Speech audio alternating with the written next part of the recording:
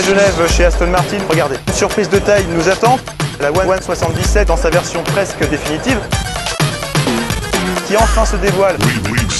Bonjour à toutes et à tous.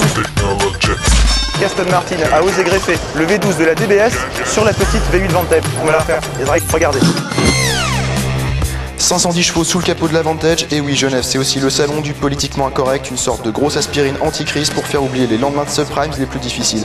L'entrée de gamme Aston accueille désormais le V12 6 litres de la DBS et en reprend les codes esthétiques qui ne font pas vraiment l'unanimité auprès des puristes. Trop de carbone, trop d'aération, trop racing finalement cette V12 Vantage.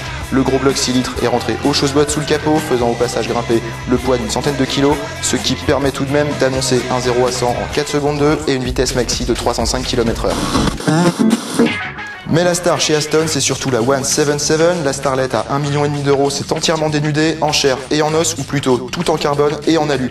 Deux éléments séparés, l'habitacle étant toujours en développement, illustrait la One 77. C'est un véritable choc, on découvre une supercar développée pour la route, mais largement capable de venir jouer les troubles fêtes face aux monstres réservés à la piste. La One 77, c'est du sport, on marque l'implantation des amortisseurs et les freins carbone céramique. C'est du lourd, du très lourd, enfin façon de parler, puisque la supercar a réussi à limiter son poids à 1,5 tonne.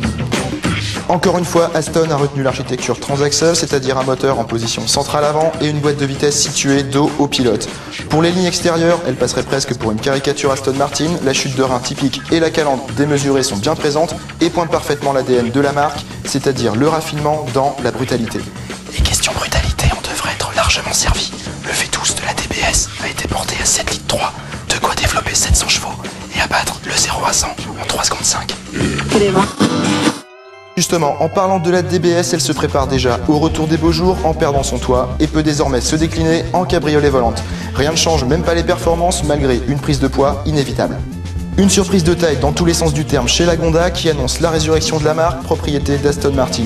On est très loin des berlines V8 des 70s et on se demande bien ce qui a pu passer par la tête de Monsieur Lagonda pour proposer ce crossover moitié break de chasse, moitié SUV. Ça brille, c'est massif et pourtant étrangement raffiné. Le concept reprend certaines lignes des productions Lagonda de la vieille école, surtout au niveau de la malle arrière et de la nervure latérale. Pour l'habitacle, c'est une autre histoire, mais comme on dit, les goûts et les couleurs. Pour rassurer les plus sceptiques, la version finale ne devrait pas arriver avant 2012 et un coupé Grand Tourisme un peu moins mégalo fait aussi partie du programme Lagonda. Technologic.